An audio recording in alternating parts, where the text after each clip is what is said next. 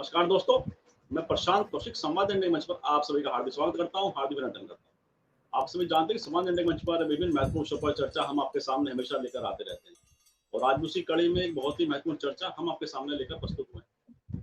आज हमारी चर्चा है बिहार की राजनीति को लेकर। बिहार की राजनीति का जो केंद्र की राजनीति है उसमें कितना दखल है और जो आगामी लोकसभा चुनाव में उसमें बिहार की भूमिका क्या है, क्योंकि लगातार ये चर्चा है कि बिहार के मुख्यमंत्री नीतीश कुमार वह विपक्षी दलों की एकता के लिए बहुत बड़े प्रयास कर रहे हैं और वह विपक्षी दलों का जो एक समूह बना है इंडिया, जैसे आई इंडिया ये नाम दिया गया इंडिया, उसके वह संयोजक हो सकते हैं। और पिछले दिनों जो पूर्व मुख्यमंत्री लालू प्रसाद यादव उन्होंने भी एक बयान दिया कि एक संयोजक नहीं कई संयोजक इसमें हो सकते हैं विपक्षी दलों के समूह के। तो उसके बाद और नई चर्चाएं शुरू हो गई और ऐसे में एक चर्चा ये भी कि तेजस्वी यादव बिहार के मुख्यमंत्री बनाए जा सकते हैं अगर नीतीश कुमार राष्ट्रीय राजनीति में सामने आते हैं। तो इसको लेकर तमाम तरह की चर्चाएं हैं और साथ ही क्या बिहार की राजनीति आने वाले समय में एक बहुत ही महत्वपूर्ण भूमिका निभाने जा रही है राष्ट्रीय राजनीति के परिप्रेक्ष्य में। इन सब बातों पर चर्चा करने के लिए हमारे देश का बहुत ही वरिष्ठ पैनल है। हमारा सुनील शुक्ला जी हैं, इलाहाबाद से जुड़े हुए हैं, बहुत ही वरिष्ठ पत्रकार हैं, उनका मैं बहुत बहुत अभिनंदन करता हूँ, स्वागत करता हूँ संवाद इंडिया मंच पर। साथ ही अंशु नेथानी जी हमारे साथ इस समय नोएडा से, वैसे बिहार से बिलोंग करती हैं और बिहार की राजनीति को बखूबी जानती हैं। मैं उनका बहुत बहुत स्वागत करता हूँ, बहुत बहुत अभिनंदन करता हूँ। साथ ही प्रवीण कुमार जी हमारे साथ बिहार से जुड़े हुए हैं, उनका मैं बहुत बहुत अभिनंदन करता हूँ, स्वागत करता हूँ। तो चर्चा की शुरुआत सबसे पहले अंशु जी से ही करता हूँ, तो बिहार की राजनीति को बहुत ही अच्छी तरह से जानती हैं, समझती हैं। अगर वर्तमान दृष्टिकोण के हिसाब से अंशु जी हम बिहार की राजनीति को अगर परिभाषित करें तो आपको क्या लगता है कि बिहार की राजनीति का जो लोकसभा चुनाव है 2024 के, उसके मद्देनजर कितनी बड़ी भूमिका होने जा रही है? क्योंकि बिहार की राजनीति पर सबकी निगाहें हैं और लगातार केंद्र सरकार भी, बीजेपी भी लगातार बिहार पर फोकस कर रही है कि कैसे जब जनता दल यूनाइटेड उनसे अलग हुआ उसके पश्चात उस जो नुकसान उन्हें हुआ है राजनीतिक तौर पर उसकी भरपाई वह कैसे करें। तो क्या लगता है अगर विपक्षी दलों का गठबंधन वहां भी मजबूत रहता है, नीतीश कुमार, जेडीयू, कांग्रेस और आरजेडी, तो क्या बीजेपी को बड़ा मुश्किल नुकसान हो सकता है वहां पर? क्या लगता है आपको अंशु जी? कुछ नेटवर्क की दिक्कत है प्रसाद जी, अंशु जी को एकदम स्टिल हो गया उनका वो फ्रेम। मैं प्रवीण जी के पास आता हूँ। प्रवीण जी, जो मेरा प्रश्न अंशु जी था वही प्रश्न आपसे है कि आपको क्या लगता है कि बिहार की राजनीति, केंद्र सरकार जो आने वाले चुनाव में लोकसभा के 2024 के, उसमें कितनी बड़ी भूमिका आप बिहार की राजनीति को देखते हैं? बिहार में देखिए 40 सीटें हैं कुल 40 सीटों का मसला है लोकसभा चुनाव की दृष्टि से। अगर आप कहें विधानसभा की, हम तो लोकसभा की बात कर रहे हैं, तो 40 सीटों में अभी जो है, जो पिछला चुनाव हुआ था उसमें नीतीश कुमार की पार्टी जेडीयू और भाजपा दोनों मिलकर चुनाव लड़े थे और उसमें लगभग मुझे लगता है एक आध सीट शायद कांग्रेस को मिली थी और मतलब मैक्सिमम सीटें जो हैं उधर चली गई थी एनडीए के पास। लेकिन अब जो है खेल पलट गया है और फिर से नीतीश कुमार वापस आ गए हैं महागठबंधन में। तो निश्चित रूप से अगर इसी समीकरण में महागठबंधन अगर चुनाव लड़ती है तो बीजेपी को 5 सीटें निकालनी मुश्किल हो जाएंगी, ये तय मानिए, क्योंकि समीकरण ही कुछ ऐसा है।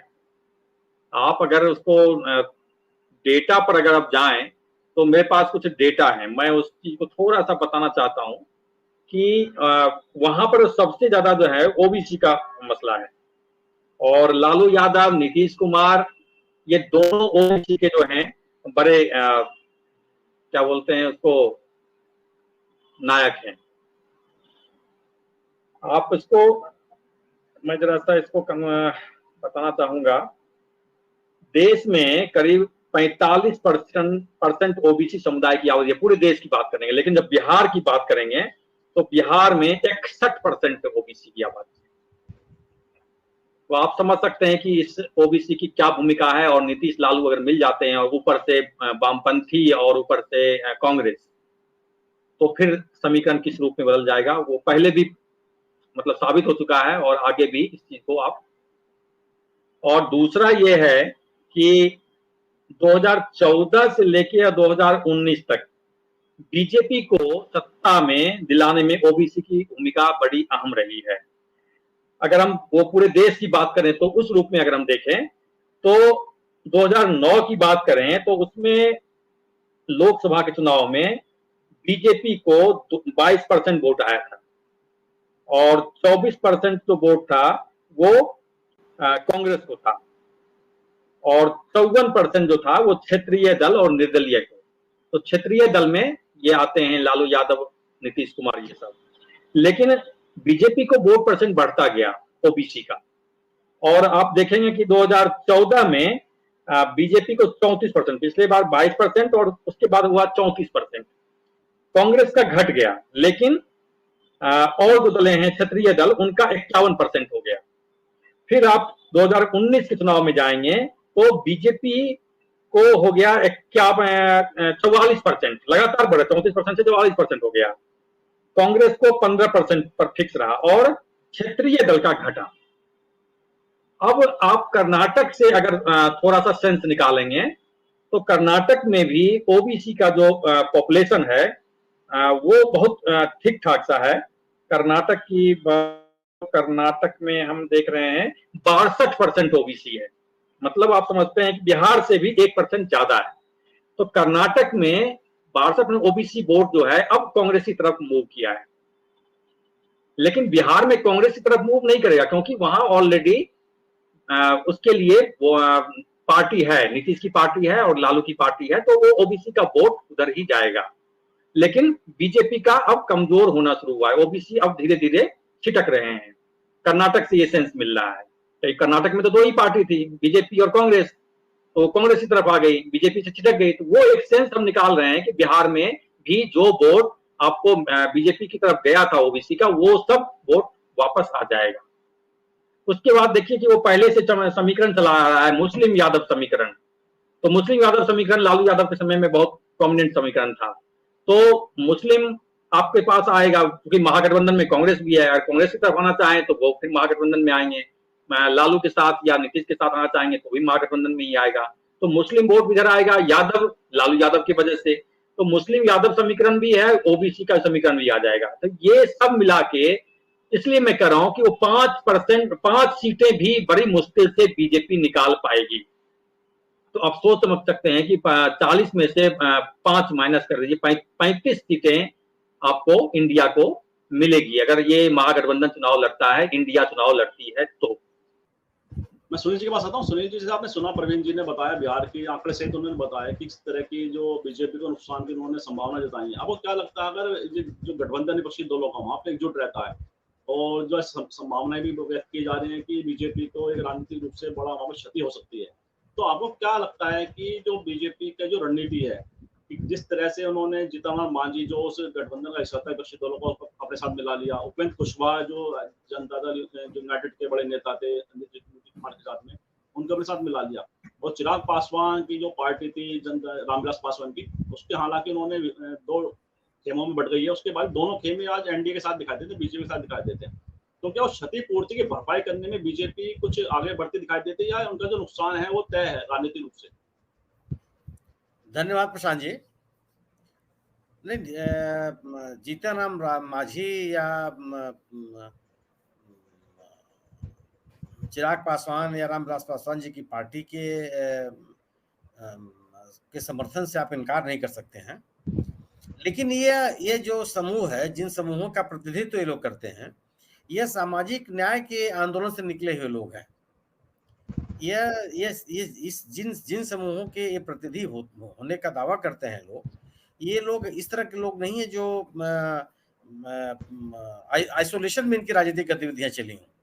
यह पिछड़ों के साथ मिलकर के ही इनका राजनीतिक अभियान चला है, चाहे मांझी जी के समर्थक रहे हों, चाहे रामविलास जी के समर्थक रहे हों, वो एक साथ मिले हैं। और जो सामाजिक न्याय के लोग रहे हैं, जो राजनीतिक दल रहे हैं, चाहे लालू प्रसाद जी रहे हों या रामविलास जी हैं रहे हों या नीतीश कुमार जी हैं, इन लोगों ने जो जिस आंदोलन को आगे बढ़ाया सांप्रदायिकता से अलग, और समाज के जो पिछड़े लोग हैं, वंचित लोग हैं, आर्थिक रूप से विपन्न हैं या सामाजिक रूप से पिछड़े हैं, उनको सशक्त बनाने का जो अभियान था, जो आंदोलन था, उस आंदोलन में सभी शामिल रहे।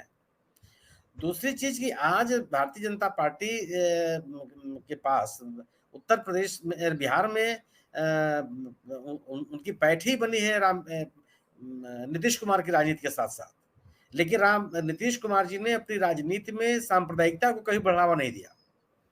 आप याद कर लीजिए कि बिहार में कोई भी सांप्रदायिक गतिविधि जो भारतीय जनता पार्टी की रही है, उसको उन्होंने चलने नहीं दिया।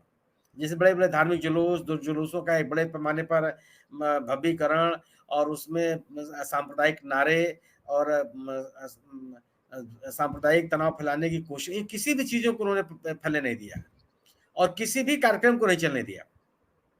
जिस तरह के आयोजन आप अन्य राज्यों में, हरियाणा में निकाल लेते हैं, पता चला कि आप कलश यात्रा निकालना है, धनुष बाण त्रिशूल लेकर के, वो इस चीजें की इजाजत नीतीश कुमार जी नहीं दी, उनके साथ रह करके भी। तो वो एक जो सांप्रदायिक माहौल रहा है या जो ध्रुवीकरण की कोशिशें रही हैं, वह कोशिशें परवान नहीं चढ़ पाई बिहार में बहुत कोशिशों के बावजूद भी। लेकिन जो सामाजिक न्याय के लोग हैं वह एकजुट हैं और उनके पुरोधा, उनके नेता आज के तारीख में लालू प्रसाद जी हैं चाहे नीतीश कुमार हैं। और यही देखिए, सामाजिक न्याय के आंदोलन का ही परिणाम है कि आज भी बिहार के कई इलाकों में वामपंथी दल प्रभावित है। उनके 9 या 10 एमएलए हैं बिहार की असेंबली में और बहुत ही आक्रामक तरीके से उनकी मौजूदगी है। वो केवल यूं ही नहीं कि केवल स्लीपिंग मेंबर है वो। और इस गठबंधन में जो इस समय का गठबंधन चल रहा है, जिसके नेता नीतीश कुमार जी हैं, उसमें वो शामिल हैं, उनके सहित 9 दल शामिल हैं और यह पूरा का पूरा गठबंधन ढंग से चल रहा है। इसमें वो लोग कभी अलग नहीं हुए। नीतीश कुमार जी जब से उन्होंने छोड़ा एनडीए को, उसके बाद से ये लोग उस आंदोलन को चला रहे हैं। और आप याद कीजिए, जो पिछला विधानसभा का चुनाव था, उस विधानसभा के चुनाव में सामाजिक आंदोलन, न्याय के आंदोलन से जुड़े हुए लोगों ने ये स्थिति थी कि सिंगल लार्जेस्ट पार्टी बन के उभरी आरजेडी तेजस्वी यादव के नेतृत्व में, जबकि लालू प्रसाद जी उस समय जेल में थे और सक्रिय राजनीति में नहीं थे। अकेले अपने बूते पर तेजस्वी ने आरजेडी को मेन स्ट्रीम में ला दिया और जो उनका खोया हुआ जन समर्थन था उसको वापस लाया। लोगों को ये लगने लगा है कि सामाजिक न्याय के आंदोलन के समर्थन के बगैर जिस उद्देश्य को लेकर के ये पार्टियां सत्ता में आई थी या ये अस्तित्व में आए थे, वह उद्देश्य पूरा नहीं होना है। आप सांप्रदायिक ध्रुवीकरण करके वह हासिल नहीं कर सकते हैं। खासतौर से समाज का जो पिछड़ा वर्ग है, जो वंचित वर्ग है, उनको सशक्त कैसे बनाएंगे? अगर आप में एक सोच हो जाए कि आप बहुसंख्यक समाज के एक सदस्य हैं, लेकिन आपको भौतिक रूप से कुछ हासिल ना हो, तो क्या कर लेंगे? आपकी बेहतर शिक्षा व्यवस्था ना हो, महंगाई पे कोई नियंत्रण ना हो, रोजगार की कोई अवसर ना हो, औद्योगिक विकास ना हो, स्वास्थ्य की बेहतर स्थितियां ना हो, सामाजिक सुरक्षा के उपाय ना हो, तो करेंगे क्या आप? तो जो सशक्तिकरण की बात करता है, लोग उसकी तरफ आकर्षित होते हैं, खासतौर से वो तबका जो सामाजिक रूप से पिछड़ा है, शैक्षणिक रूप से पिछड़ा है और आर्थिक रूप से पिछड़ा है। यह ध्रुवीकरण की राजनीति नहीं कर पाता। पर यही स्थिति है। और भारतीय जनता पार्टी इन चीजों, भारतीय जनता पार्टी ने जिन जिन मुद्दों का नारा दिया राष्ट्रीय पैमाने पर, वो कोई भी पूरा नहीं हुआ वहां। किसी के बारे में आप नहीं कह सकते हैं कि भारतीय जनता पार्टी की तरफ से महंगाई पे जिसकी बात 2014 में किया था बीजेपी ने, उस पर कोई ध्यान दे रही हो? अब तो बात ही नहीं करती हो। किसान इस आंदोलन, इनके राज्य बहुत सुखी हो। तो केवल ध्रुवीकरण की राजनीति से आप बहुत दिनों तक अपने आप को आगे नहीं ले जा सकते। ऐसे में जो ये सामाजिक न्याय के आंदोलन के लोग हैं और जो इनका एकजुटता बन रही है, मुझे लगता है कि वो बड़ी चुनौती है बीजेपी के सामने, क्योंकि इसका कोई काट उनके पास नहीं है। छोटे छोटे समूहों को मिलाकर आप वह राजनीतिक ताकत नहीं बना सकते हैं जो सामाजिक न्याय के जैसे जुड़े हुए जो राजनीतिक पार्टियों ने बना रखी है। पिछड़ों की राजनीति कर रहे हैं, दलितों की राजनीति कर रहे हैं, अल्पसंख्यकों की राजनीति कर रहे हैं। तो वह जो अल्पसंख्यकों के विरुद्ध एक ध्रुवीकरण की कोशिश रही है बीजेपी की, वो सफल नहीं हो पा रही है। और जो लीडरशिप भी है वह अब सशक्तिकरण की बात करने लगा है, जो गैर भाजपा राजनीतिज्ञ है। और ये सशक्तिकरण का जो नारा है, जो राजनीति है, वो सबको प्रभावित करती है। इसी सशक्तिकरण की बात 2014 में बीजेपी ने किया था, जब वह बात कर रही थी कि हम रोजगार देंगे, जब वह बात कर रही थी कि हम आर्थिक विकास करेंगे, जब वह बात कर रही थी कि हम किसानों की आय दोगुनी कर देंगे, जब यह बात कर रही थी कि हम महंगाई पर नियंत्रण करेंगे। यह एक तरह का सशक्तिकरण का नारा था कि हम आपको आर्थिक रूप से संपन्न करेंगे और आपकी ताकत बढ़ेगी। वो कुछ नहीं हुआ। उसको लेकर के लोगों में निराशा फैली। अगर किसान 1 साल तक आंदोलन करता रहा, इसका मतलब उसके मन में बेचैनी तो थी। और किसानों के बीच में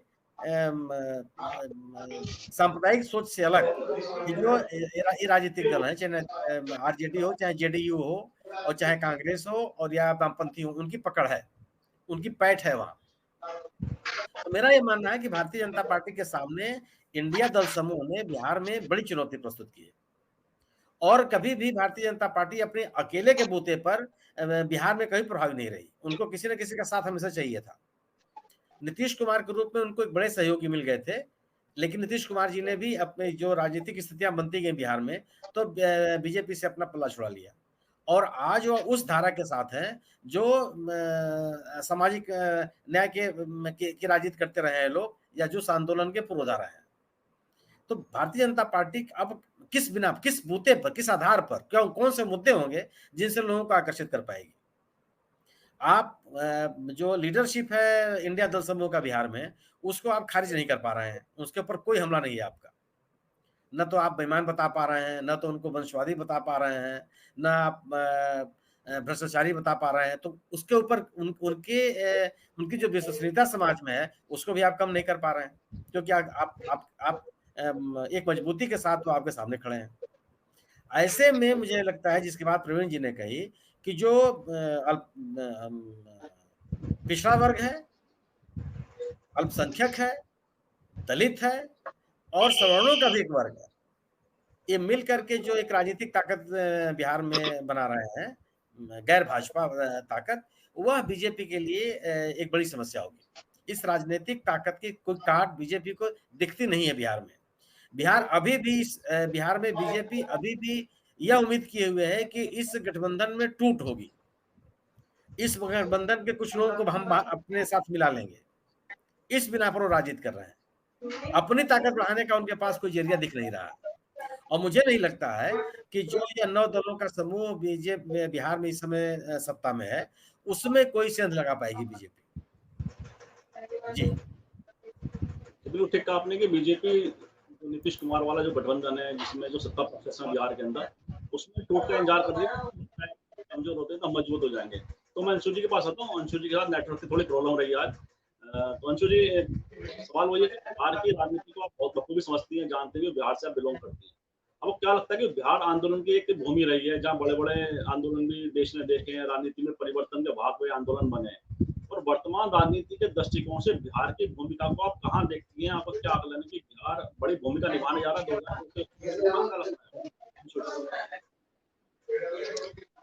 देखिए, मुझे ये लगता है कि जब भी भारतीय राजनीति के अंदर इस तरह की कोई बात हुई है, जब चिंताएँ व्यक्त हुई हैं, जब लोकतंत्र को लेकर सवाल खड़े हुए हैं, लोगों के बोलने को लेकर सवाल खड़े हुए हैं, जो कहा जाए एक तरह से वैचारिक और जो एक मूलभूत स्वतंत्रताएँ हैं, उनके ऊपर सवाल खड़े हुए हैं, तो बिहार की भूमि से आंदोलन उठे हैं और ऐसे आंदोलन हमने पूर्व में भी देखे हैं और कई बार हम इसको देखते आए हैं। तो जिस तरीके से अब एक विपक्ष का ये संगठन पूरा तैयार किया गया है बिहार में, उसकी अगुवाई बिहार ने जिस तरह से की है, तो कह सकते हैं कि एक बार फिर एक नेतृत्व की भूमिका में बिहार यहाँ पर नजर आया है। मैं आपको इस बात को इस तरह से समझाने की कोशिश करूंगी। अगर हम 6 महीने पहले ही अगर पीछे जाकर देखें या कुछ महीनों पहले, तो हमको जो ये एनडीए का गठबंधन है या फिर ये जो बीजेपी नीति सरकार है, वो बिल्कुल अजेय नजर आती थी। इनके सामने विपक्ष एकदम बौना नजर आता था, या एक तरह से कहा जाए विपक्ष की कोई बड़ी भूमिका नजर ही नहीं आती थी। और एक तरह से कहा जाए कि ये बीजेपी का जो पूरा कुनबा है, एक तरह से अट्टहास ही करता था कि उनके सामने कोई विपक्ष नहीं है, विपक्ष के नाम पर जीरो है। तो ये जरूर कहा जाएगा कि विपक्ष की जो एक जमीन तैयार हुई, वो बिहार से ही तैयार हुई है। अभी जिस तरह से इंडिया जो एक जो गठबंधन बनाया गया है, उसकी जो नींव है वो बिहार में ही रख दी गई थी।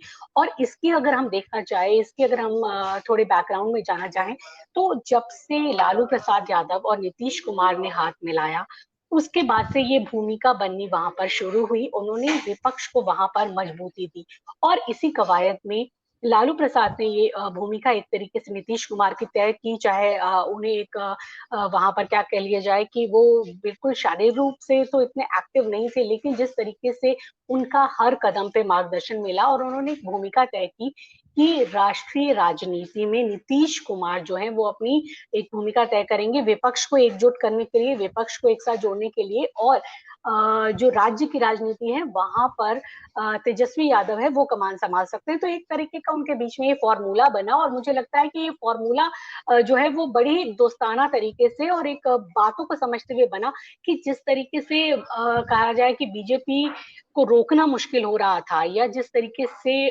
बहुत सारी चीजों में इनकी जो मनमानियां नजर आ रही थी, या फिर जो बीजेपी नीति सरकार की जिस तरीके से ईडी सीबीआई के जरिए जो भी और विपक्षी दल थे उनको जिस तरह से बोलने से रोका जा रहा था, या जिस तरह से वो हिम्मत नहीं कर पा रहे थे, वहां ये कोशिश की गई। और ये कोशिश शुरू में तो उसका उपहास उड़ाया गया बीजेपी के द्वारा ही, लेकिन धीरे धीरे ये कोशिशें रंग दिखाने लगी, और ये जब तय किया लालू प्रसाद यादव और नीतीश कुमार ने कि इस तरह से हमें गठबंधन को मजबूत करना होगा, और इसमें सबसे बड़ी बात ये होगी कि जो भी अपने बीच के मतभेद हैं या जो निजी स्वार्थ या हित है, यानी कि थोड़े समय के लिए हमें क्षेत्रीय हितों को छोड़ना होगा, अपनी थोड़ी स्वार्थ की राजनीति या फिर जो एक क्षेत्रीय जो एक समीकरण होते हैं उनको भूलते हुए राष्ट्रीय सोच के लिहाज से इस पूरे गठबंधन को आगे बढ़ाना होगा। इसमें कुछ थोड़ी बहुत कुर्बानियां भी देनी पड़ सकती हैं, और ऐसा करके उसके बाद कई नेताओं से मुलाकातें की गई। देखा गया कि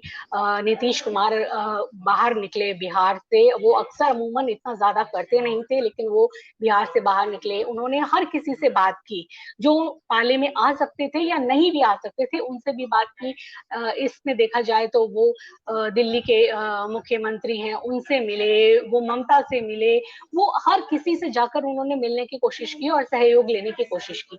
और इस बीच हम देखते हैं कि जब कर्नाटक के चुनावों के नतीजे आए, जिस तरीके से चीजें बदलने लगी और ये दिखने लगा कि बीजेपी कोई अजेय नहीं है, बीजेपी के अंदर भी बहुत खामियां हैं, उनके अंदर भी टूटन और बिखराव हो सकता है, और अब तो वो बहुत ज्यादा नजर आ रहा है।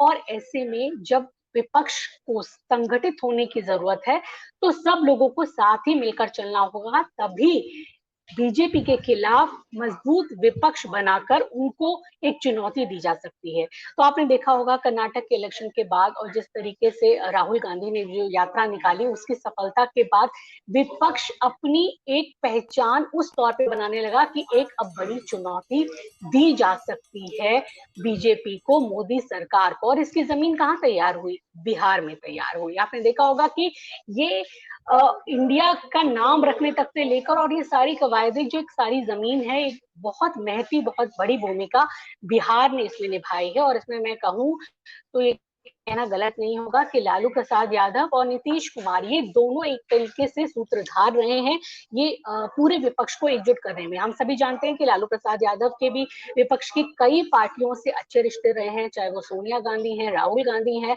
या चाहे बहुत से अन्य नेता हैं, उनके काफी विपक्षी दलों के नेताओं से अच्छे रिश्ते रहे हैं। तो वो जानते हैं कि कैसे जो अलग अलग तेवर की ये नेता है उन्हें एकजुट किया जा सकता है। मायावती की बात करें, चाहे ममता की बात करें, मायावती तो फिलहाल नहीं है इसमें, लेकिन अगर ममता बनर्जी की बात करें, कैसे उनको इसमें शामिल किया जा सकता है, कैसे अगर कहा जाए कि जो छोटे छोटे स्वार्थ है उनको भुलाकर कैसे इसमें लाया जा सकता है, तो एक बड़ी भूमिका अदा करता हुआ बिहार यहाँ पर नजर आया। इस तरह से जो बिहार की राजनीति ने बड़ी भूमिका निभाई है, और जातिगत जनगणना एक बड़ा विषय रहा बिहार की राजनीति में हमेशा से। क्या लगता है कि बिहार की राजनीति जो जातिगत जनगणना का वह राष्ट्रीय राजनीति में कितनी बड़ी भूमिका निभाएगा, और आने वाले समय में बिहार में बीजेपी को चुनौती जातिगत जनगणना जैसे जो मुद्दे हैं, क्या उनकी चुनौती और बढ़ा देंगे? क्या लगता है आपको प्रवीण जी? नहीं, जातीय जनगणना तो निश्चित रूप से राष्ट्रीय मुद्दा है और इसकी शुरुआत भी बिहार से ही की गई है। नीतीश कुमार ने तो लगभग कंप्लीट कर दिया है जातीय जनगणना को, और ये अब एक राष्ट्रीय मुद्दा बन गया है। राहुल गांधी भी लगातार कह रहे हैं कि भाई ये जातीय जनगणना पूरे देश में होनी चाहिए, निश्चित रूप से होनी चाहिए। मेरा मानना है कि बिना जातीय जनगणना के आंकड़ों के आधार पर आप देश की नीति कैसे बनाएंगे? डिफरेंट जातियां हैं, तो उन जातियों की क्या स्थिति है, उनकी आर्थिक स्थिति क्या है, उनकी शैक्षिक स्थिति क्या है, तो वो सारी चीजों को आप कंपेयर करके पॉलिसी कैसे बनाएंगे? उसका आंकड़ा होगा तभी तो इसलिए इस लिहाज से जातीय जनगणना बहुत जरूरी है, और लोगों को एक मतलब डाइवर्ट करने का भी एक बहुत पॉलिटिकल टूल भी है कि भाई जिसकी जितनी संख्या भारी उसकी उतनी हिस्सेदारी वाला जो एक स्लोगन है, उस स्लोगन के आधार पर लोग वोट बैंक अपना तलाशते हैं। तो इस आधार पर जातीय जनगणना बेहद जरूरी है। और संवैधानिक रूप से भी आप देखें कि भाई बिहार के जातीय जनगणना में कितने रोड़े अटकाए गए, सुप्रीम कोर्ट तक में मामला गया और सुप्रीम कोर्ट ने भी जातीय जनगणना को रोकने से मना कर दिया। अब बिहार में जातीय जनगणना पूरा हो चुका है, उसका डेटा पब्लिश कब होता है अब ये देखने वाली बात है। उम्मीद तो यही की जा रही है कि भाई लोकसभा के चुनाव से पहले डेटा को पब्लिश कर दिया जाए। तो उस लिहाज से देखेंगे तो उसमें भी बिहार सबसे आगे है। उसका झंडा, जातीय जनगणना का झंडा उठाने वाला बिहार ही है। तो पूरे देश में अब मसला उठ रहा है। आप कर्नाटक में भी आप हो ही रहा है जातीय जनगणना, उसके बाद राजस्थान की बात कर रहे हैं, यहाँ मध्य प्रदेश में खड़गे साहब बोल के आए हैं।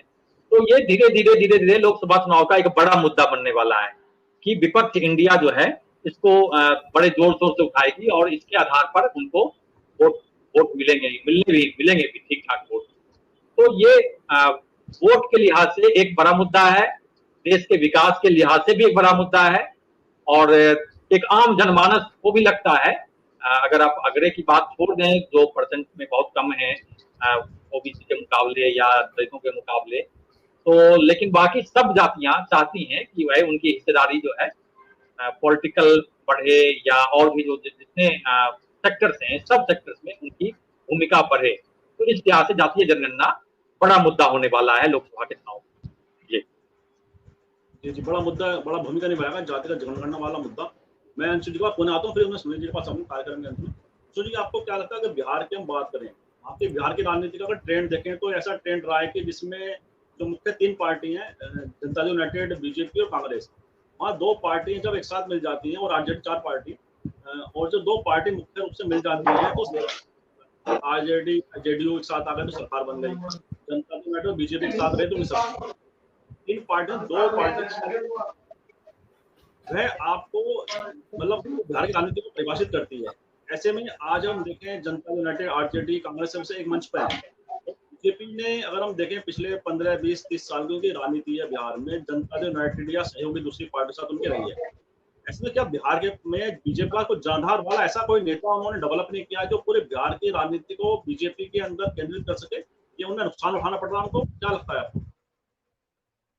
जी, बिल्कुल बीजेपी को इसका नुकसान उठाना पड़ा भी है और आगे भी उठाना पड़ सकता है, क्योंकि इतने साल हो गए बीजेपी रही है बिहार में और सरकार मिलके उन्होंने चलाई भी है नीतीश कुमार के साथ। लेकिन आज भी कहा जाए कि कोई ऐसा चेहरा या कोई ऐसा नेता उनके पास नहीं है जो वो आम स्वीकार्य हो नेता पूरे बिहार में, जिसको बीजेपी प्रोजेक्ट कर सके कि अगर हमारी सरकार आती है तो ये हमारे नेता होंगे, ये हमारे मुख्यमंत्री के चेहरे होंगे। ऐसा कोई सर्वमान्य नेता बिहार में बीजेपी तैयार नहीं कर पाई है। इसका कारण क्या रहा? इसका कारण मुझे ये लगता है कि एक जिस तरीके से बिहार में बीजेपी हमेशा ही जेडीयू के साथ मिलकर, नीतीश कुमार के साथ ही मिलकर उन्होंने सरकार बनाई है। यानी कि नीतीश कुमार के बिना बीजेपी की कोई कहा जाए कि बिहार में सरकार बनाने के अस्तित्व पर ही विश्वास नहीं किया जा सकता था। यह बहुत ही मुश्किल था कि जेडीयू के बिना वो सरकार में शामिल हो सके या सामने आ सके। तो वो हमेशा ही एक बार कहा जाए कि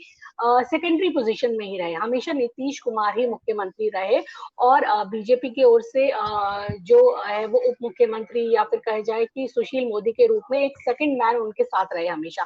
तो हमेशा एक सेकंड लीड में ही रही है बीजेपी नीतीश कुमार के साथ। हालांकि बाद में ऐसा हुआ कि बीजेपी को ज्यादा सीटें भी मिली और सीटों के लिहाज से जेडीयू पिछड़ गई थी, लेकिन बावजूद उसके जो पहले वादा किया गया था तो नीतीश कुमार को ही मुख्यमंत्री बनाया गया। लेकिन अगर एक छवि के लिहाज से देखा जाए या लोगों के बीच बीजेपी की जो पहुंच है उस लिहाज से देखा जाए तो कोई एक सर्वमान्य चेहरा या कोई एक ऐसा नेता नहीं है जिसे बीजेपी ने कभी प्रोजेक्ट किया हो, क्योंकि यहाँ पर भी वोट हमेशा मोदी के चेहरे पर नाम पर मांगे गए। जब भी चाहे लोकसभा का चुनाव आप देख लें या आप देख लें कि जो राज्य के चुनाव में भी है तो उसमें कोई इस तरीके का बीजेपी का कोई चेहरा नहीं होता था जिसको पूरे राज्य भर में घुमा के उन्होंने वोट मांगा हो। मोदी जी ही वहां, या फिर अगर कहा जाए कि वहां पर हमेशा वोट मांगने के लिए आते थे।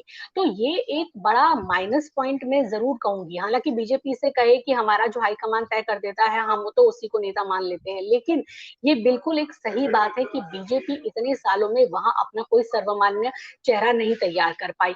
बहुत कोशिशें की गई, कई चेहरा तैयार करने की कोशिशें की गई, लेकिन ऐसा हो नहीं सका। तो इसका बिल्कुल सही आपने कहा कि इसका खामियाजा जरूर बीजेपी को भुगतना पड़ता है। वहीं अगर हम दूसरे ओर में देखे जाए कि नीतीश कुमार लंबे समय तक अगर कहा जाए कि रिकॉर्ड ही बनाने जा रहे हैं कि वो मुख्यमंत्री बिहार के रहे, और अब जो उन्होंने एक तरीके से अपना उत्तराधिकारी तेजस्वी यादव को स्वीकार कर लिया है, मान लिया है, और एक तरीके से उसकी घोषणा भी कर दी है कि अब मेरी उम्र भी हो गई है, बहुत लंबे समय तक मैं मुख्यमंत्री के रूप में राज्य की सेवा अब करना भी नहीं चाहता, और राष्ट्रीय राजनीति की तरफ उन्होंने अपना झुकाव भी कर लिया है।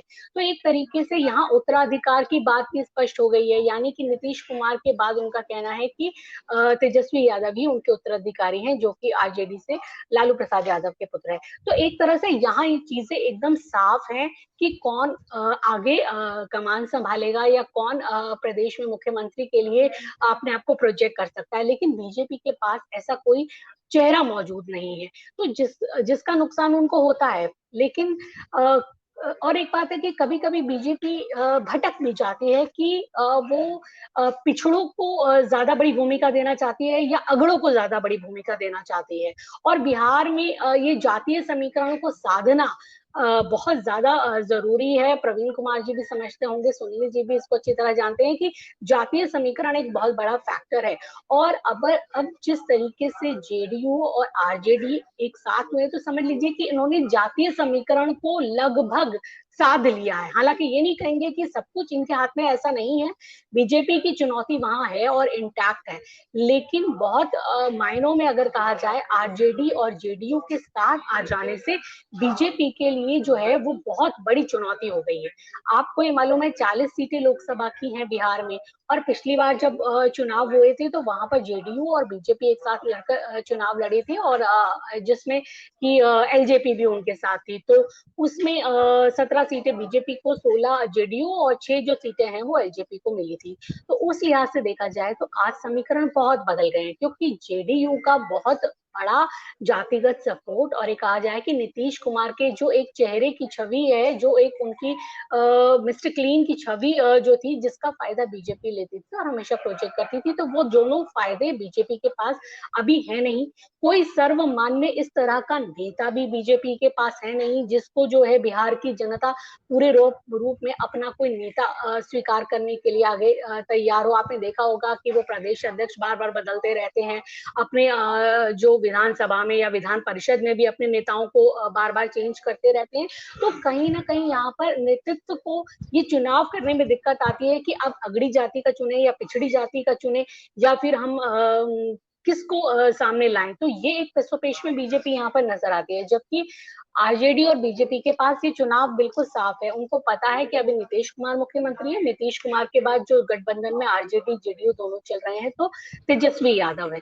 तो इस लिहाज से देखा जाए, जो आपने बात कही, यहाँ पे तीन पार्टियों के इर्द गिर्द बिल्कुल चुनाव हमेशा घूमता रहा है। जब आरजेडी और जेडीयू साथ मिलकर लड़े तो उन्होंने अपने गठबंधन को जिताया, जब बीजेपी और जेडीयू साथ मिलकर लड़े तो उन्होंने अपने गठबंधन को जिताया। ये बात बिल्कुल एक सोचने लायक है कि वहां पर कोई भी पार्टी अकेली अपने दम पर बहुत सालों से, पिछले कई दशकों से सत्ता नहीं हथिया पाई है, या बिल्कुल कहा जाए क्लीन स्वीप नहीं कर पाई है। ये मैं जो राज्य की चुनाव है उनके बारे में कह रही हूँ, लोकसभा का गणित वहां बिल्कुल अलग है। तो बिल्कुल आपने सही कहा कि जब दो पार्टियां एक साइड हो जाती हैं तो वो बिल्कुल एक विजयी के तौर पे उभरती हैं। तो यहाँ अभी बहुत बड़ी चुनौती बीजेपी के सामने नजर आ रही है कि जो एक अजय उन्होंने जीत बनाई थी, 40 में से 39 सीटें जीती थी बीजेपी के गठबंधन ने एनडीए में उस वक्त। तो अब तो वो स्थिति तो बिल्कुल भी नहीं है, और मैं तो ये कहना चाहूंगी कि उसकी आधी सीटें भी या आधी से अधिक सीटें लेने के लिए भी बीजेपी को काफी मशक्कत करनी पड़ेगी, क्योंकि जिस तरीके से आरजेडी और जेडीयू ने अपना जो टाई अप किया है, जो गठबंधन किया है, तो वो बहुत सारी सीटों पर उसका प्रभाव सीधे तौर पर दिखाई देगा। और आपको मैं यहाँ पर ये भी बता दूं कि पूरे तौर पर लगभग 10 सीटें ऐसी हैं जो कि नॉर्थ बिहार की हैं, अगर एग्जैक्टली मैं बात करूं, वहां पर बीजेपी को बहुत ज्यादा मेहनत करनी पड़ेगी, बहुत नए सिरे से मेहनत करनी पड़ेगी, क्योंकि वहां पर जेडीयू का दबदबा था। तो ये मुश्किल होगी, लेकिन आपको ये भी समझना होगा कि बीजेपी जो है वो हर काट को भी जानती है, और जो तोड़ फोड़ की राजनीति करने में भी वो माहिर है। जिस तरह से देखा कि कुछ उन्होंने गठबंधन में से लोगों को अपने साइड लिया है, चाहे वो हम पार्टी की हम बात करें, या फिर देखें, हालांकि चिराग पासवान तो पहले ही एनडीए में थे और हमेशा नीतीश कुमार के विरोधी रहे हैं, लेकिन छोटी छोटी पार्टियों को या अभी भी अगर कुछ भी एक मौका नजर आता है बीजेपी को किसी भी तरह की आरजेडीयू और जेडीयू में कुछ भी तनाव पैदा हो, या ऐसी वो कोशिशें भी करेंगे, या कि कुछ भी हो तो कुछ जरूर उनकी तरफ टूट कर आए। और इनको हमने पहले भी देखा है कि जिस तरीके से आरसीपी सिंह, जो कि बहुत ही ज्यादा नजदीकी थे नीतीश कुमार के, वो किस तरीके से टूट कर चले गए बीजेपी में। और नीतीश कुमार ने कहा भी था कि वो पार्टी के अंदर ही रहकर इस तरह को से पार्टी को तोड़ने का कार्य कर रहे थे। तो इससे इनकार नहीं किया जा सकता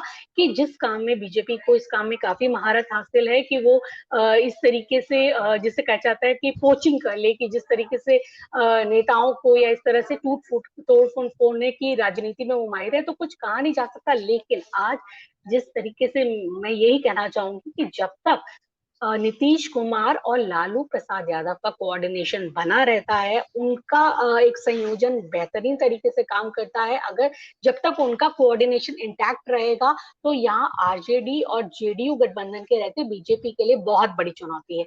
और अगर किसी भी तरह का कोई रिफ्ट अगर हम देखते हैं कि लालू प्रसाद यादव और नीतीश कुमार में आता है, जिसकी कई तरह की तमाम कोशिशें होती हैं छोटे दल के नेताओं के द्वारा, और तमाम तरीके के बयान दिए जाते हैं, बहुत सारी बातें होती हैं, और मौका तो हमेशा खोजती है बीजेपी।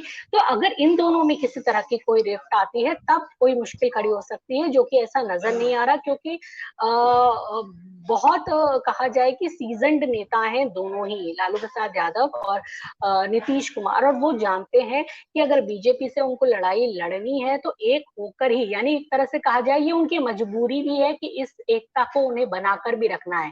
तो ये उनकी मजबूरी भी है और ये उनकी ताकत भी है। तो अब लेकिन बीजेपी कितनी सेंधमारी कर पाती है, और जिस तरीके से जो समीकरण तैयार किए जा रहे हैं, जो जातिगत समीकरण है, अभी बात की ही कि जाति गणना, जिस तरीके से जातिगत जनगणना बिहार में कराई गई है, तो उसमें अब पूरे देश भर में एक तरीके की बात ये सुलगा दी है कि और जगह भी होनी चाहिए। अब अखिलेश यादव भी कह रहे हैं कि यहाँ भी होना चाहिए, उत्तर प्रदेश में भी होने चाहिए। तो ये जरूर बात है कि इसको लेकर एक लीड जरूर ली है। तो मैं तो यही कहूंगी कि जब तक बिहार में लालू प्रसाद यादव और नीतीश कुमार अपनी दोस्ती को बरकरार रखते हैं, तो बीजेपी के लिए एक चुनौती है। अन्यथा क्या सेंधमारी होती है, ये तो अभी कुछ समय काफी है, 2024 के चुनाव में वो आगे देखने को हमें मिलेगा। जी जी बिल्कुल, भविष्य बताएगा कि ये जो जोड़ी है नीतीश कुमार की लालू प्रसाद की कितनी मजबूत रहती है लोकसभा चुनाव तक। मैं सुनील जी के पास आता हूँ। सुनील जी, आपने पूरी चर्चा को सुना है और जिस तरह से अंशु जी ने, प्रवीण जी ने पूरे विस्तार से कई सारे विषयों पर बताया, आपको क्या महसूस होता है कि बिहार की राजनीति किस तरफ जा रही है इस समय, जब नीतीश कुमार लगातार राष्ट्रीय राजनीतिक भूमिका अपनी निभा रहे हैं, मजबूत कर रहे हैं अपनी भूमिका को, बल्कि और जो मुद्दे जैसे जातिगत जनगणना है, ये जो मुद्दे हैं क्या राष्ट्रीय परिप्रेक्ष्य के अंदर भी कुछ अपना असर छोड़ेंगे? और जो अभी कुछ राज्यों में चुनाव होते हैं, कर्नाटक का बड़ा मुख्य चुनाव रहा है इसमें, और आने वाले समय में 3-4 राज्यों में और चुनाव है, उन सबके परिप्रेक्ष्य में बिहार की राजनीति को जोड़ते हुए आप किस दिशा में जाती देखते हैं उसको?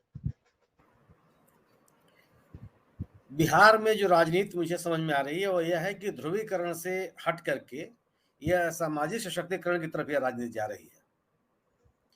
जिस तरीके से नीतीश कुमार ने जाति जनगणना, जाति सर्वेक्षण पे जोर दिया है और पिछड़ों को, सामाजिक रूप से पिछड़े लोगों को के लिए एक पहल किया है, उससे मुझे लगता है कि सशक्तिकरण का आंदोलन तेज होगा और उसके इर्द गिर्द ही राजनीतिक गतिविधियां संचालित होंगी।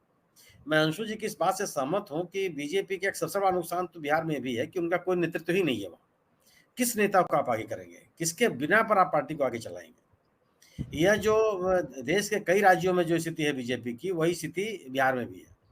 अधिकांश राज्यों में जो स्थानीय नेतृत्व है वो नहीं है। वहाँ कोई एक ऐसा चेहरा नहीं है जिसका छपरा से लेकर के भागलपुर तक असर हो, या बक्सर से लेकर के रक्सौल तक का असर हो, कोई एक चेहरा आप नहीं बता सकते हैं बिहार में। यह बीजेपी की स्थिति है। बीजेपी केवल अभी उम्मीद यह कर रही है कि वो इंडिया गठबंधन में हो सकता है टूट फूट हो, इसलिए बार बार ये बात फैलाई जाती है कि नीतीश कुमार तोड़ के चले जाएंगे, अभी चले जाएंगे, तभी चले जाएंगे। बात केवल इंडिया दल समूह को अगंभीर बनाने और अविश्वसनीय बनाने की कोशिश की जाती है, जो कि मुझे नहीं लगता कि अब संभव है। यह बिल्कुल सही है कि अगर नीतीश कुमार, आरजेडी, कांग्रेस और जो वामपंथी दल हैं, इसके साथ साथ जो छोटे-छोटे दल हैं, करीबन 9 दलों का जो गठबंधन है बिहार में, यह अगर एक बना रहा तो फिर भारतीय जनता पार्टी के सामने बड़ी बड़ी राजनीतिक चुनौती है। वो किसी वर्ग को अपने साथ नहीं जोड़ पाएगी। और मुझे लगता है कि अभी विधान परिषद के चुनाव में बिहार में हुआ था, जो सवर्णों का एक बड़ा वर्ग है भूमिहारों का, वो उनको छोड़ के चले गए थे। जहां भूमिहार प्रभावी इलाके थे वहां विधान परिषद के चुनाव हार गई थी बीजेपी, और अब में जो गठबंधन था वो चुनाव जीता। तो ये जो पूरी तरह से ध्रुवीकरण की राजनीति करती रही बीजेपी, वो बिहार में कम से कम नहीं चलने वाला है। जातिगत जनगणना को हवा दे करके, ताकत दे करके उस पूरे माहौल को इंडिया दल समूह ने, खासतौर से नीतीश कुमार ने अपने पक्ष में कर लिया है। पिछले विधानसभा चुनाव में भी ये दिखाई पड़ा कि जो पिछड़े हैं, जो अल्पसंख्यक हैं, जो आर्थिक रूप से पिछड़े हैं, वह एकत्रित हुए और उन्होंने आरजेडी के पक्ष में बड़े पैमाने पर मतदान किया, और आरजेडी राज्य में एक बड़ी पार्टी बन के उभरी। लग रहा था कि सत्ता में आ जाएगी, और कुछ जिलों को छोड़ दिया जाए, चाहे सीमांचल के कुछ जिलों को छोड़ दिया जहाँ पे AIM के 4-5 विधायक जीत गए थे, और कुछ जगहों पर उन्होंने चुनाव को प्रभावित भी किया था। अन्यथा लग रहा था कि आरजेडी सत्ता में के एकदम करीब है। तो एक चेतना सी है बिहार में, और लगभग अधिकांश जिलों में इस गठबंधन ने बीजेपी के सामने बड़ी चुनौतियां पेश की हैं। जो अगर हाल के विधानसभा चुनाव को अब उपचुनाव को आप देखेंगे तो आप कुछ चुनाव हार गई है, गठबंधन हारा है, बीजेपी जीती है, लेकिन वहां लड़ाई बड़ी मजबूत रही। तो भारतीय जनता पार्टी का जो अपना एक ध्रुवीकरण की राजनीति रही है, मुझे नहीं लगता कि बिहार में वो सफल हो पाएगी। और एक बड़ी सेंध लगाई है ये इंडिया दल समूह ने, और विभिन्न वर्गों को अपने साथ जोड़ा है, और खासतौर से पिछड़े वर्ग के लोगों को। अल्पसंख्यक पहले से बीजेपी के खिलाफ है, ये पसमानदा और इनको उनके नाम लेकर के कोशिश जरूर करते रहे हैं, लेकिन मुझे नहीं लगता है कि पसमानदा मुसलमान भी उनके साथ जा पाएगा, क्योंकि पसमानदाओं के जो परंपरागत काम धंधे हैं उसको भी बीजेपी के लोग होने नहीं देते, करने नहीं देते, और एक जो अलग तरह का जो सांप्रदायिक तनाव बनाने की कोशिश की गई, इस वजह से भी लगता नहीं है, कहीं से भी ये संकेत नहीं मिलता कि पसमानदा मुसलमान जिसकी बात कही जाती है कि वह भारतीय जनता पार्टी के समर्थन में जाएंगे, ऐसा संभव दिखता नहीं है। तो पूरी की पूरी तरह से एक सामाजिक न्याय के आंदोलन को लेकर के जो राजनीति उभरी थी बिहार में, वो प्रभावी होती हुई दिख रही है। गैर भाजपा मतदाताओं के विभाजन को रोकने के लिए राजनीतिक दलों ने गंभीर प्रयास किए हैं। गैर भाजपा मतदाताओं में एक तरह का माने एकजुटता दिखाई दे रही है, और ये तमाम ऐसे कारण हैं जिनकी वजह से ये लग रहा है कि बीजेपी की वह ताकत नहीं रहेगी जो 2019 में थी। वैसे भी अंशु जी ने सही कहा कि 2019 में जो 39 सीटों के जीतने का उनका वो है, वह नीतीश कुमार का उससे बहुत बड़ा रोल है। नीतीश कुमार के गठबंधन के साथ वो पार्टी चुनाव लड़ी थी, इस वजह से 2019 के चुनाव का परिणाम बीजेपी के पक्ष में गया था लोकसभा का। आने वाले दिनों में जब एक बड़ा वर्ग जो है जो बीजेपी का समर्थन करता रहा, वो उससे अलग हुआ है, और बीजेपी नीतीश कुमार के खिलाफ कोई बड़ा राजनीतिक माहौल नहीं बनाने में सफल नहीं हो पा रही है। तो मुझे लगता है कि इंडिया दल समूह एक बड़ी चुनौती है, और 2019 कहीं से भी बीजेपी के पक्ष में रिपीट नहीं होने वाला है। जी, वो ठीक ठाक है, बीजेपी की बड़ी चुनौती बन सकता है बिहार, और जिस तरह से इंडिया गठबंधन वहाँ पे एकजुट है, जिसमें जनता दल यूनाइटेड है, आरजेडी है, कांग्रेस है, जो दूसरे अन्य दल हैं, और उनकी एकजुटता ऐसी बनी रहे तो वास्तव में बीजेपी के लिए जो 2019 का जो परिणाम थे उसको रिपीट करना बहुत ही भारी साबित होने जा रहा है, बड़ा मुश्किल साबित होने जा रहा है। और आज की चर्चा को, जिस तरह से बिहार की पूरी राजनीति को, जिस तरह से उसकी सार्थकता है देश की राजनीति में, उसको आपने बहुत अच्छी तरह परिभाषित किया आप सभी ने, और बताया कि क्या चुनौतियां सत्ता पक्ष के सामने, बीजेपी के सामने पूरी चुनौती बिहार की राजनीति के द्वारा खड़ी हो चुकी है, और आने वाले समय बताएगा कि उस राजनीति को वह किस दिशा में जाती है, और विपक्षी एकता को कितनी मजबूती मिलती है, या बीजेपी उस चुनौती को भेदने में कितनी सफल होती है, तो आने वाला समय बताएगा। साथ ही मुझे विश्वास है हमारे दर्शकों को चर्चा जरूर पसंद आएगी। और मैं जो हमारे पैनलिस्ट हैं सुनील शुक्ला जी, अंशु जी और प्रवीण जी का आभार और धन्यवाद व्यक्त करता हूँ। इन्होंने बहुत ही अच्छी चर्चा हमारे दर्शकों के लिए प्रस्तुत की। आप सभी का पुनः आभार और धन्यवाद। और मैं आप सभी से आग्रह करता हूँ इस वीडियो को लाइक करें, शेयर करें, कमेंट करें। साथ ही समाज निर्णय चैनल को सब्सक्राइब के साथ बेल आइकन जरूर दबाएं, जिससे समाज निर्णय अपडेट आपको उस समय से मिलते रहे। आप सभी का बहुत बहुत धन्यवाद, बहुत बहुत धन्यवाद।